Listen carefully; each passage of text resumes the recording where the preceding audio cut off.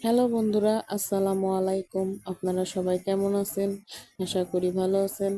আমিও ভালো আছি। আজকে দুপুরের মেনুতে ছিল ঝিঙ্গা দিয়ে, আলু দিয়ে, মাছ দিয়ে ঝোল। তাই আবারও চলে আসলাম আপনাদের মাঝে ঝিঙ্গা আলু মাছের ঝোলের রেসিপি নিয়ে।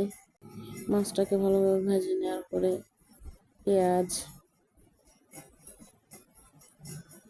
ভালোভাবে ভেজে নিতে হবে, লবণ, আদা রসুন বাটা, হলুদের গুঁড়া, মরিচের গুঁড়া, ধনিয়া গুঁড়া দিয়ে ভালোভাবে মশলাটাকে কষিয়ে নিতে হবে। কষানো হয়ে গেলে পানি দেওয়া লাগবে। তারপর ঝিঙ্গা আলু দিয়ে দিয়ে কষাই নেওয়া লাগবে। মাছটা কষানো কষানো হলে পানি দিতে হবে। ফুটে গেলে মাছ ছেড়ে দিতে হবে। যারা যারা আমার যারা যারা আমরা নতুন তারা একে অপরকে সাপোর্ট করি এবং পাশে থাকি।